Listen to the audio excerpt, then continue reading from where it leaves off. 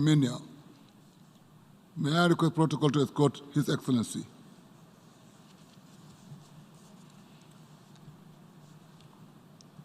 I have great pleasure in welcoming His Excellency Nikol Pashinyan, Prime Minister of the Republic of Armenia, and I invite him to address the General Assembly. Thank you very much. Mr. President, Excellencies, ladies and gentlemen. At the outset, I would like to congratulate His Excellency Tijani Mohamed Bande on his election as the President of the UN General Assembly.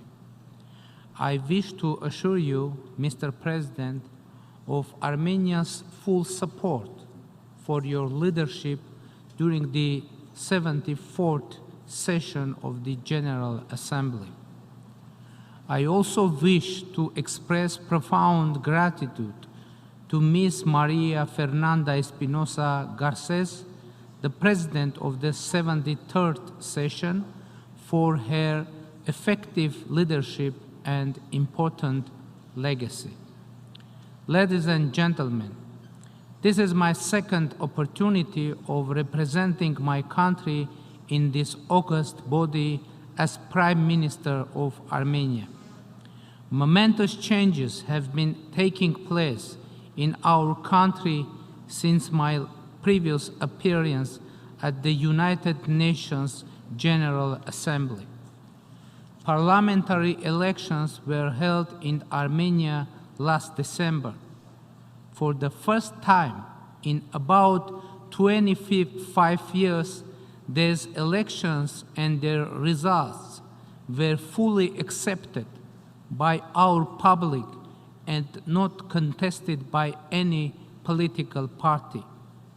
They received the best possible assessment by the international observers who held them as free, fair, and transparent. This was a major achievement of the Armenian non-violent Velvet People's Revolution of 2018. Armenia's peaceful revolution received praise and recognition by the international community. The international media acknowledged Armenia's role in the global democratic surge as hope for global democracy. In recognition of our democratic achievements, The Economist magazine proclaimed Armenia as the country of the year in 2018. Our determination to advance democracy and reforms is solid, uncompromising, and unwavering. It is based on the strong mandate of our people, to whom we are accountable in delivering reforms, securing justice, improving economic and social conditions, and developing our nation. Our democratic transformation and zero-tolerance policy against corruption are not without resistance from former corrupted elites. Their vast financial resources are directed at escaping justice. Our government has not pursued a single case of redistribution of property. At the same time, our resolve to press with reforms and justice is unwavering. Our mass media is completely free from government control or interference. However, some of them are not free from meddling and control from the same old circles of former government, fabricating fake news and spreading mistrust in the public about the origins and purposes of the Velvet Revolution. Despite any challenge, our resolve to promote and protect freedom of media is unrelenting. We have witnessed plenty of suspicion about the nature and purposes of our revolution. Some believed that this revolution was instigated by their global competitors in our region. The others were asking, since they are not behind this revolution, who else could have done it? From this high podium, I would like to firmly state once again that the Velvet Revolution in Armenia was carried out by its proud citizens in manifestation of their will to reject corruption, abuse, and monopolization of power, consistent falsification of elections, and political frauds. There is absolutely no need to approach the free expression of will of the Armenian people, who are the ultimate sovereign of the country, from the angle of the competition of global powers. The political transformations in Armenia were about the fulfillment of a dream to have a free, democratic, and happy country, a dream which was born in the late 1980s at the end of the Cold War and led our people to independence. Ladies and gentlemen, Armenia's nonviolent, velvet people's revolution is a proof of the potential of democratic change in the contemporary world. But the revolution was just the beginning of our mission, and probably even the easiest part of it. Currently, we are in a new, more important and difficult stage of our mission. We should prove that democratic transformation in Armenia is sustainable. We are proud to have already delivered some concrete results. Our economy is growing steadily and quite rapidly. The growth is based on a very important ideological transformation which has occurred in our country. The individual effort of every citizen does matter. This principle is the most important driving force of our economic revolution. And the most important mission of our government is to inspire and convince our citizens to trust their talent and ability to make real changes. Individual efforts have been the main formula of success of our political revolution. Before the revolution, there was only a small group of people who believed that individual effort could bring about political changes in our country. But today, this is a commanding idea for the overwhelming majority of Armenian citizens. Therefore, our overall goal is to accomplish the economic revolution exactly in the same way that the political revolution was achieved earlier. Reforming and strengthening institutions are the most powerful instrument we possess in addressing the challenges that democratic Armenia is facing today. Immediately after coming to power, we initiated a package of drastic measures to establish democratic institutions that have never existed in our country before. Among the measures are, for example, the effort aimed at establishing an independent judiciary, anti-corruption bodies, and level playing field for all economic and political players. Empowerment of women is yet another area where we have made bold steps to register visible results. The most important part of our institutional reforms is education. We believe that only through promoting education we can make our democracy irreversible and can achieve sustainable economic growth.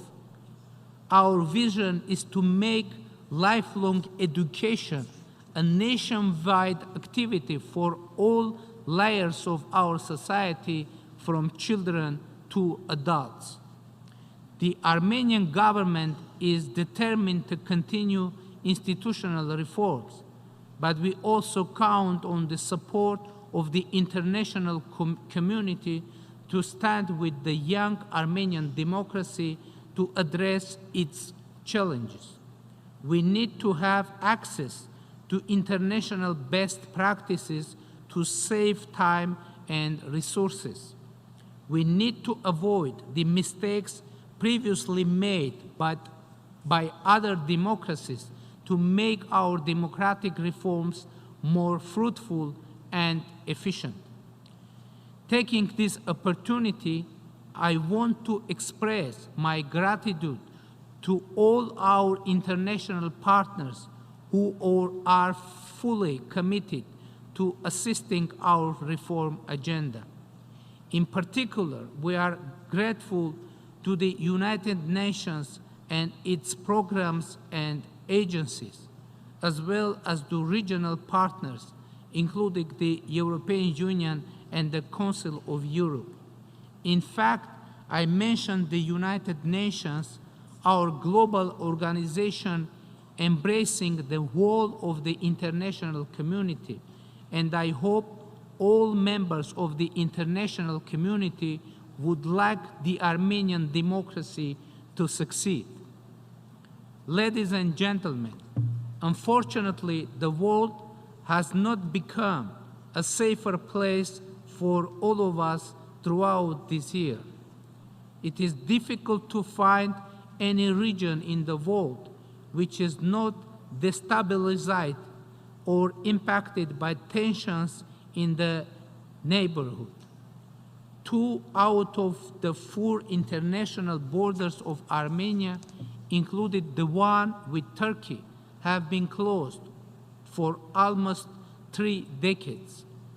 By refusing to establish diplomatic relations with Armenia, overtly assisting Azerbaijan against Armenia and Nagorno-Karabakh, Turkey remains a serious security threat to Armenia and the Armenian people, who had experienced the deep tragedy of the genocide and continue to face the fierce denial of truth and justice.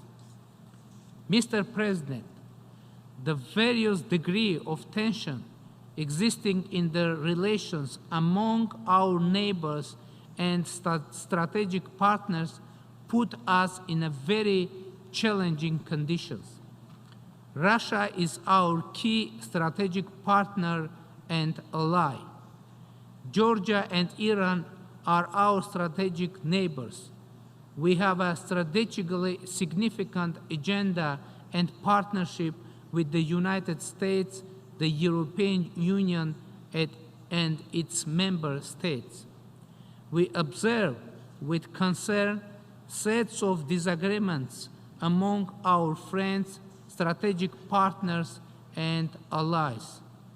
These realities put significant challenges to us because we face a persistent risk of not being correctly understood by some of our friends, or even worse, by all of them. We are doing our best to remain a reliable partner and a good friend for all of them without damaging our relations with any of them, without promoting relations with one partner at the expense of the other. We will continue to invest every effort in making our region's geopolitical environment safer. Ladies and gentlemen, the peaceful settlement of the Nagorno-Karabakh conflict is of crucial importance for the stability and security of our region. Since my very first day in office, I have been taking steps in this very context. With this end in view, I publicly stated that any solution of the Nagorno-Karabakh conflict must be acceptable for the people of Armenia, Nagorno-Karabakh, and Azerbaijan. It is noteworthy that I was first Armenian leader to voice such position about the settlement of the conflict. I was heavily criticized in my country for such a formula of solution which places the three parties of conflict on an equal footing. Nevertheless, I strongly believe that this is the only way to the peaceful and lasting settlement of the conflict, because it offers a possibility of compromise, mutual respect, and balance.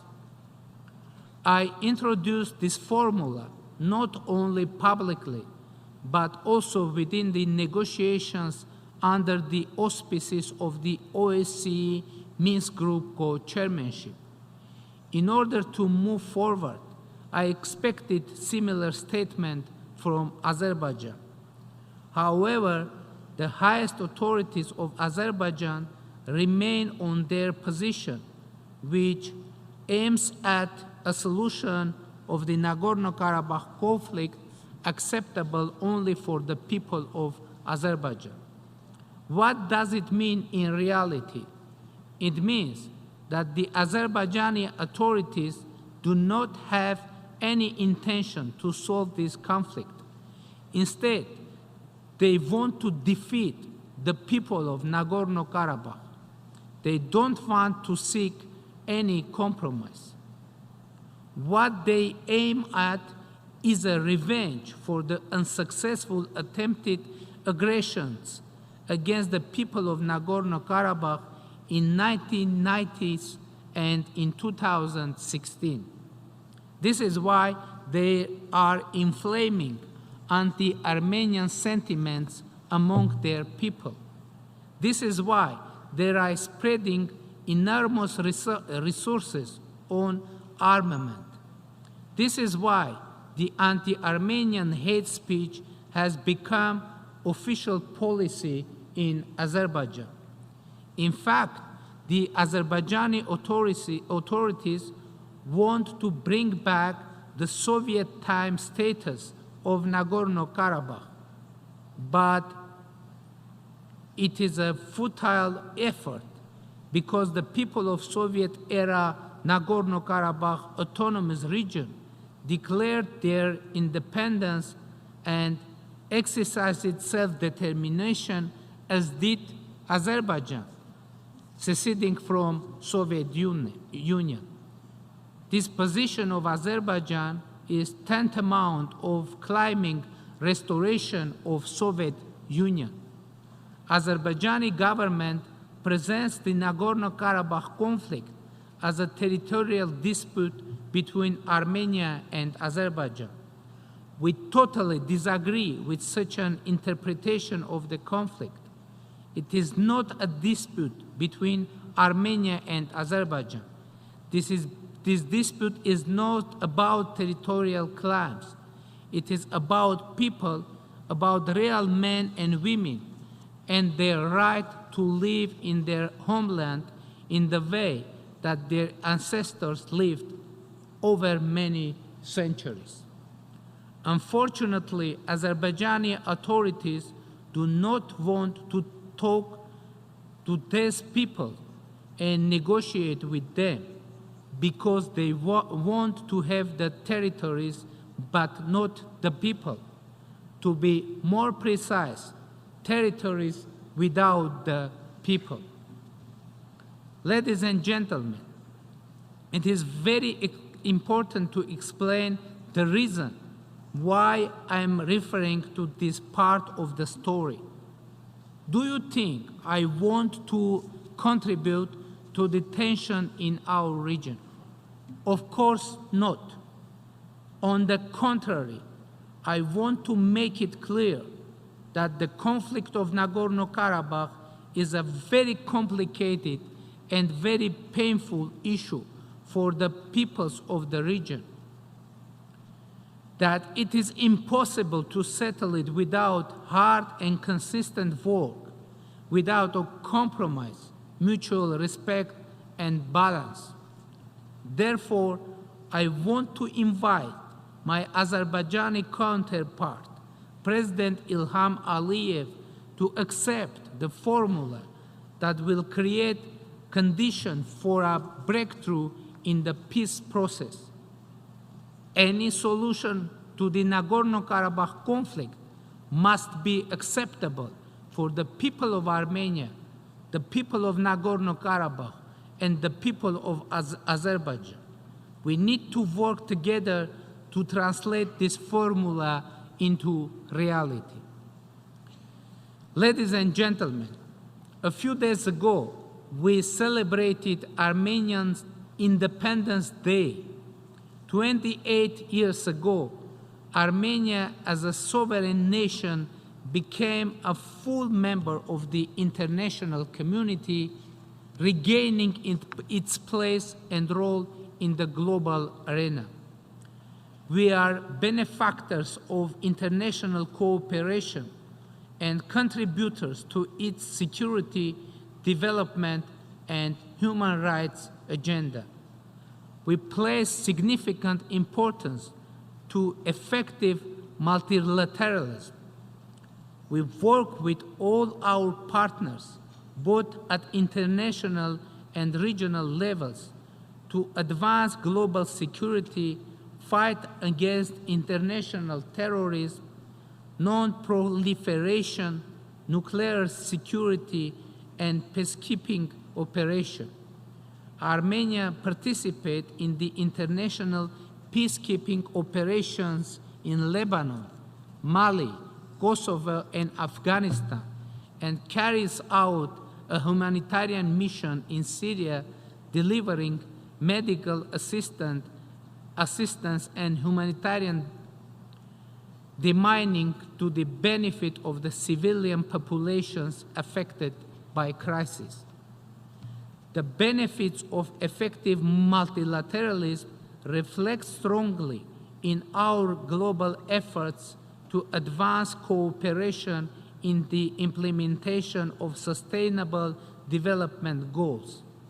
In Armenia, the process of the nationalization of SDGs complements the launch of the ambitious transformational national strategy for 2050, which involves 16 mega goals embracing all the SDGs.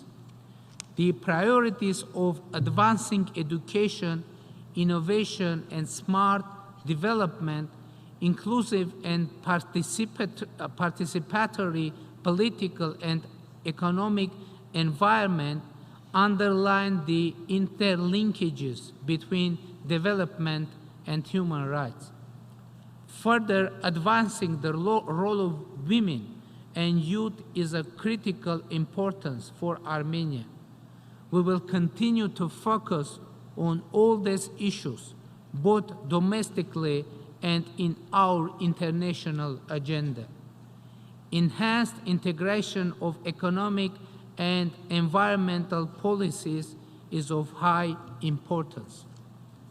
Having registered a 1.3 degree Celsius average temperature increase, Armenia is already facing the negative impact of climate change.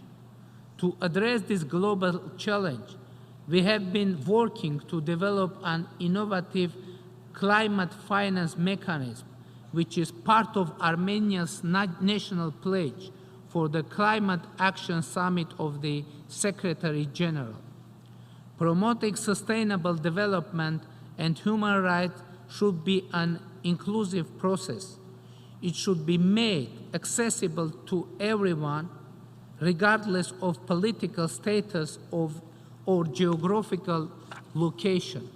No one should be left behind, including the people of Nagorno-Karabakh, who should have access to the same tools of sustainable development available for others. Nagorno-Karabakh should be able to benefit from international financial and technical assistance to strengthen human rights, eradicate poverty, improve education, respond to climate change, and build an inclusive society. Armenia, as a democratic country and a reliable member of the international community, will continue to make its contribution to the international cooperation to maintain global peace and security, to promote sustainable development, and to protect human rights and fundamental freedoms. We are committed to a constructive dialogue with all international partners to address common challenges and provide progress and prosperity for our nations. We are against dividing lines and the policy of confrontation. We are against closed borders, which are considered redundant and unacceptable in the 21st century, but still exist in our region. As a nation that has experienced the horrors of genocide in the past, we stand for promoting mutual understanding and peace in our volatile region. The policy of escalation and arms race based on elusive hopes for military superiority has no future in the South Caucasus. The people of our region deserve to live in peace and prosperity, freely exercise their human rights and freedoms, build brighter future for themselves and their children. Thank you for your attention.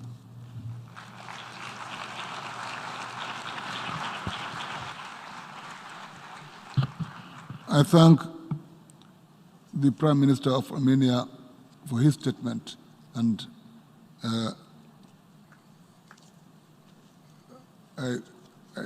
thank the Prime Minister of Armenia for his statement, and thank you once again that this late. Thank you.